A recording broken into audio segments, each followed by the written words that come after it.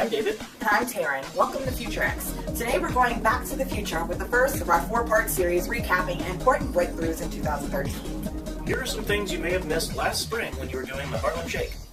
The future is now.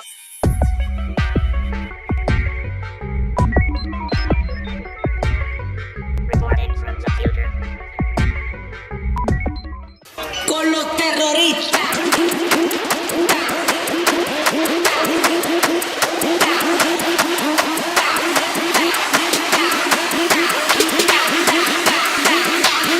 The Harlem Shake.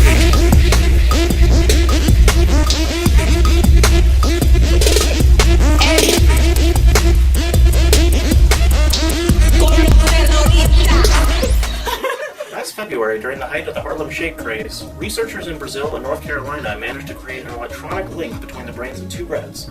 In their labs, they created the first brain-to-brain direct interface. That's very interesting. The encoder rat in Brazil was trained to complete the behavioral task of pressing a lever in its cage in return for a reward. Immediately after, the directions to complete those tasks were delivered via neural link to the brain implant of the second decoder rat. The second rat's motor cortex processes the signal from rat number 1, and although unfamiliar with the behavioral tasks the first rat has been conditioned to perform, uses that information to press the same lever in an identical cage in another hemisphere. Apparently, neither rat is aware of each other's existence. According to Miguel Nicolas, a neuroscience at Duke University, it's not telepathy. It's not the Borg, he says. But we created a new central nervous system made of two brains. But we're going to disagree with him just so we can show this graph.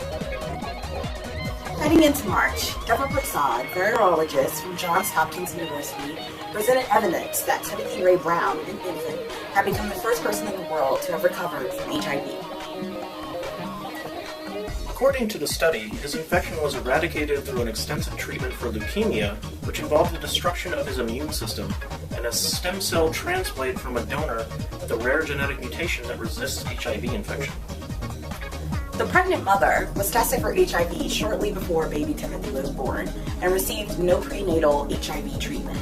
The baby transferred to University of Mississippi Medical Center and was treated for 18 months, then disappeared from the medical system.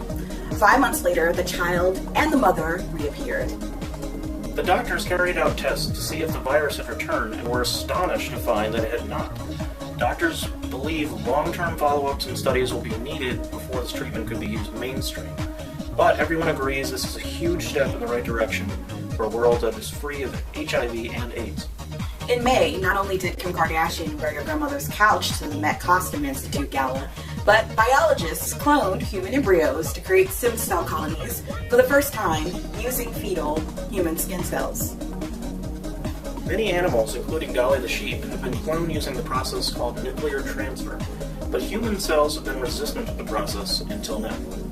Sharat Mitapov, a professor, I'm sorry I'm butchering that name, a professor at Oregon Health and Science University, and his colleagues reported that they had successfully reprogrammed human skin cells back to their embryonic state to produce lines of embryonic stem cells. Cells that can develop into muscle, nerve, or other cells that make up the body's tissues. The use of fetal cells again sparked a debate about the future of cloned human embryos, which you can read about more in the links below. This is the end of our Back to the Future Spring 2013 recap.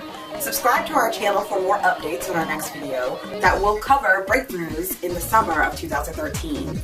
Thanks for watching, and we will see you in the future. We're going down.